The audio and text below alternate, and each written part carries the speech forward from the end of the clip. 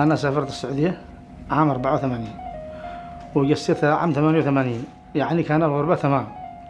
وسافرت تزوجت عام 88 وجسوك بالبلاد سنة، وأرجع أجلس سنة ونص بالسعودية ثاني مرة وأسافر، وأرجع السعودية أجلس 3 شهور. حرب الخليج لما دخل صدام حسين الكويت، قاموا السعوديين طلبوا منا، قالوا يعني ما والله كفالة نكفل ولا يعني نرحل، يا خروج نهائي يا تكفل. قلت لا، أنا خلق حر وعيش حر، هذا الصح. وسافرت اليمن، وسافرت اليمن يعني كان تمام اليمن. جلسنا يعني فترة ورجع الأوضاع يعني الدهورة الأوضاع. طلعوا لي مارب الآن، يعني لي بمارب 30 سنة من 94 في مارب. ومنذ ذلك اليوم وهذه هي طريق عبد الله، يحاول فيها الوقوف أمام متطلبات حياته اليومية وحياة من هم بعيدون عنه. يراه الأهالي بصورة يومية حتى وصلت إلى البرنامج قصته، ليبدأ تتبعها ويعينه في أيامه القادمات. أنا أقوم يعني بالأذان الأول، أروح أصلي بالجامع، وارجع أجي ألبس وأجزع على عملية أبوز العربية، أروح أحمل خضرة وأجزع سوق بن عبود، وأجلس لا الظهر أطلب الله، وارجع أتغدي وأصلي هناك قبل بن عبود وأروح، واجي لهنا العزبة أرقد لي كذا العصر، أنا تعب خلاص هالك مع أسحب نفسي لا سحب، وأرجع أصلي عصر بالجامع البقمة، وأخرج أبوز العربية وأرجع شارع المعبدة، أطلب الله لا مغرب وأروح وأنا على أعمل هكذا، لأن ما خزنش ما مش يعني قد بطلت حتى الغات، لأن قد هو ظروف.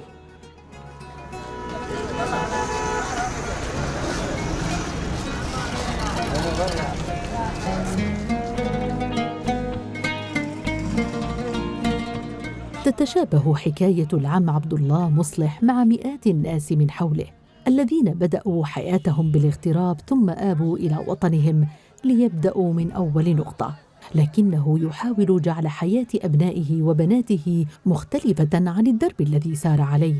لا يريد التخلي عن العمل حتى لا يتوقفوا عن الذهاب تجاه مدرستهم، ولا يريد لهم أن يكرروا تجربته في غربة عن الوطن بالخارج وغربة عنهم في الداخل، وفي كلتا الحالتين دفع مع أسرته الثمن.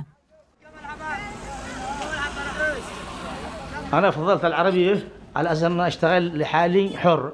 أنا كنت أشتغل مع واحد من قبل، بعدين كان يستعمرني والله، واحد بالروضة والله، يعمل كذا يعمل كذا، وأنا أعمل كل حاجة أعملها صح، بس إيش يعني يجيب لك حاجة صعبة إنه يتعبك، يعني يغثيك من العمل، يعني قسوه معه يجي شهرين حتى الضايق يعني ولا يدي لي حتى بيوم حتى 50,000 والله ماشيين، وأعمل لي عربية يقول أحصل بيوم حتى 2000 ريال، حقك وأنت حر. وبينما يواصل الرجل صناعة أيامه وتقاسم ما يجني مع أسرته، يعود فريق برنامج حيث الإنسان لوضع خطة تغير من هذا الحال، وقد تم تحديد ما يحتاجه عبد الله وبدأنا تنفيذ ذلك. أعرف الأخ عبد الله يشتغل في عربية، يمر من أمام المحل منذ أكثر من 8 سنوات، وأعرفه معرفة شخصية. جارنا في حارة هنا يسكن في عزبة، وأسرته تسكن في إب، ويشتغل دائما في العربية منذ أكثر من 8 سنوات.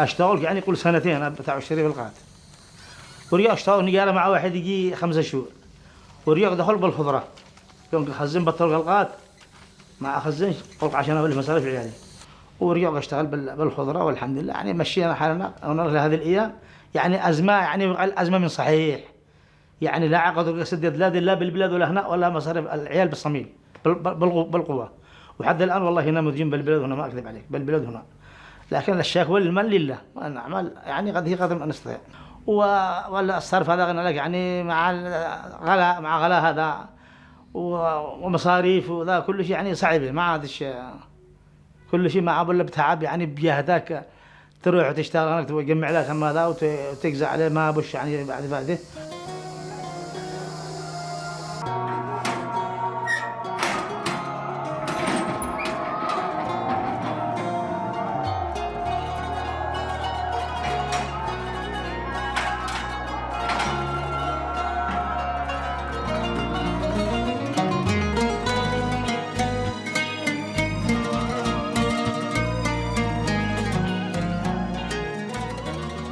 ألتقي في العم عبد الله أحيانا وهو مروح ومرهق، إرهاق شديد كثير، وصورته يعني من التعب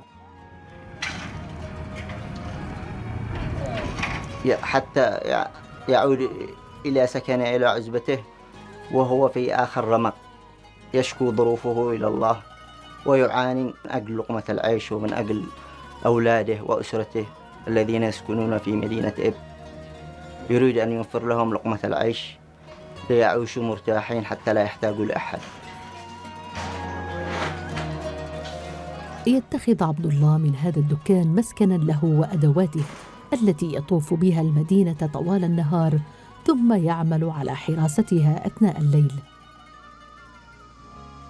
أشتغل غصبا عني إن أسدد ديون وأجزع من هنا إلى بن عبود أنا والعربية بين الشمس، ووصل له وأنا حارق والله، وارجع بين الشمس. بعض الأحيان تحرق علي بضاعة، بعض الأحيان يعني خلي على الله والله عدنا هذه الحين هذه الأيام هذه مرض عملك يعني 120,000 يعني كنت ما بالله ذا وأدوخ ورحنا تعالجنا الحمد لله بخير.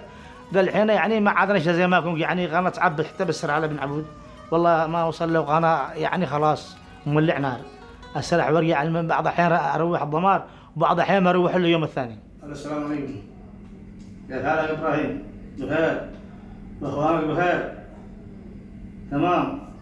وين أمك؟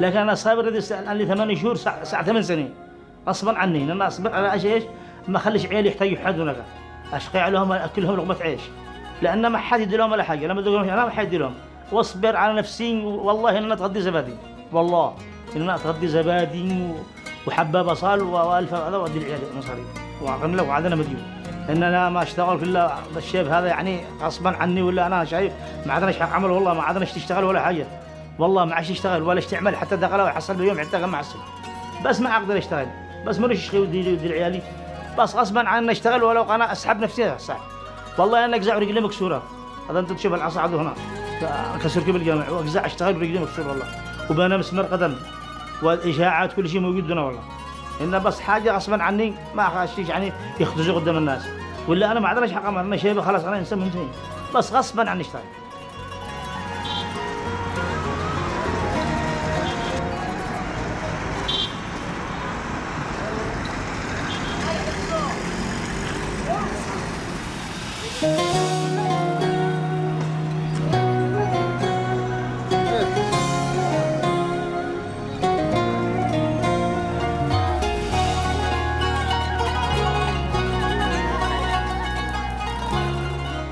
يتم اختيار سيارة مناسبة للعمل، وتعد الأوراق الخاصة بملكيتها دون أن يكون على دراية بذلك. تجري الترتيبات لإيصالها إلى حيث يتواجد عبد الله، ولكن قبل ذلك تؤخذ السيارة إلى ورشة خاصة لوضع تصاميم المتجر المتنقل.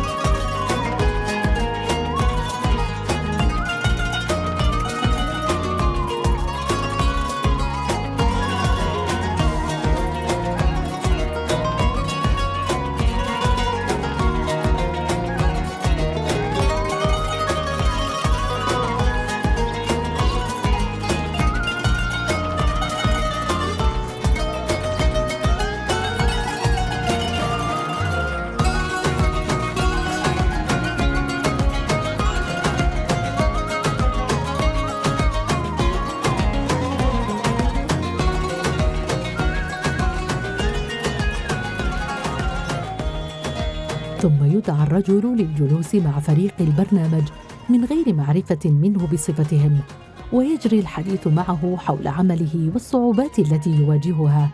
يترك وحيداً في أحد المكاتب ليسمع صوتاً مألوفاً من قناة بلقيس، قبل أن يكشف له عن فيديو يظهر فيه بعض أفراد أسرته في محافظة إب الذين تم تصويرهم ليكونوا شركاء في صناعة هذه اللحظة وللتعبير عن أشواقهم التي لا تتوقف إليه. يا عم عبد الله، من اغتربت لأجلهم داخل البلاد وخارجها يشعرون بكل ما تقوم به. أقول له عبد الله عبد الله أنت تتروح تشوف عيالك مشتاق لك، واحنا مشتاق لك كم تكون بالغربة هذه، لا ارتحنا ولا صحنا نحن مشي مشتاق لوصولك، لكن معنا ندربس داري خارب وربنا يعين والحمد لله على كل حال. بتروح كم جاي بالغربة تروح هنا في عبد الله. يا با طولك بالغربة روح هذا هنا في عبد الله.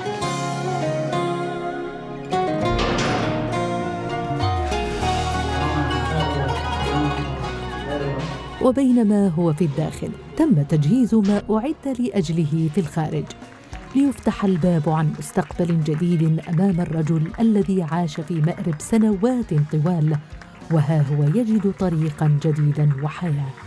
فيك الخير فعش إحسانك،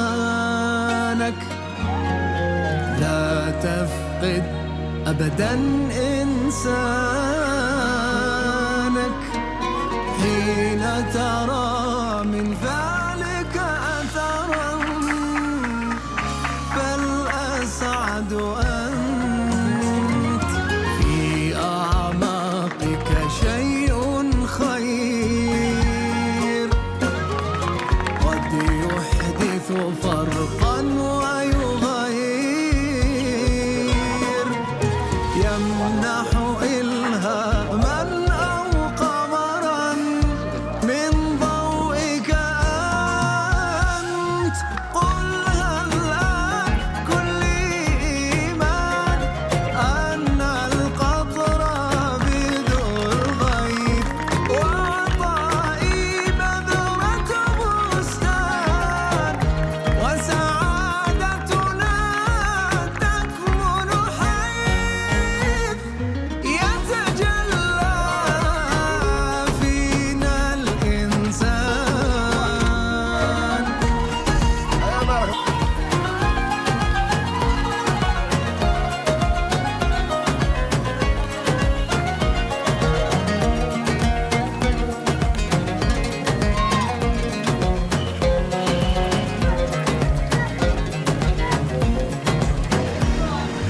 كون المشهد حولك مؤلم لا يعني أنك تستسلم، يوما ما سيقولون ترى كيف تمكن. وفرق يعني أنا والعربية 25 سنة، وهذا يعني هذا ما لهم إلا أسبوع. الآن نسيت ال 25 سنة نهائيا. الآن أنا بحياة جديدة يعني براحة وشعور يعني بأحسن شيء، اللهم له الحمد ربي والشكر. أنا بالنسبة لشعوري أقول لك يعني لما استلمت المفتاح الدباب هذا أنا يعني إيش من فرحة ما أنا متوقع والله هذا إن أوصل لهذا الشيء هذا، وبفضل الله والمؤسسة الحمد لله يعني وفقناها الله تعالى. ومع فرحة حقيقي مع اتصال البيت اللي بالظهر مع يعني فرحان أنا بالدباب معي، صرت قناة الروضة، صرت أرجع أتصل لهم للبيت أنا لهم يعني الحمد لله وفقنا الله استلم الدباب وشفنا صورتكم بالأداء وما قصروش معنا حفظهم الله، والحمد لله يعني كل شيء تمام. والعيال يعني يدرسوا وانا بالنسبه لي يدرسوا وانا اشتغل، ما اشتيهم يعني يحتاجوا لحد واخليهم يدرسوا الثانويه، ما اخليهم يعني بعض الثانيين يدرسوا الاعدادي لا هذا يدرسوا، وانا يعني مصاريف اصرف عليهم.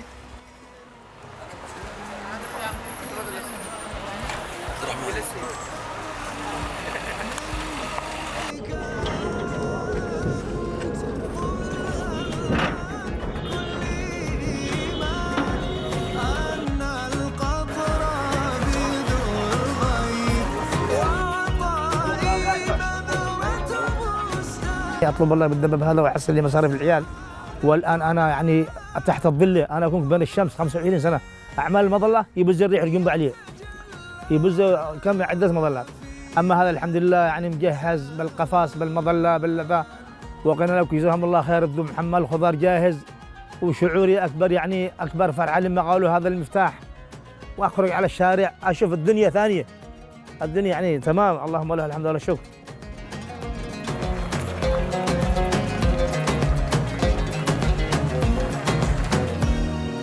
كون المشهد حولك مؤلم لا يعني أنك الحمد لله الذي وفقنا الله بالدباب هذا.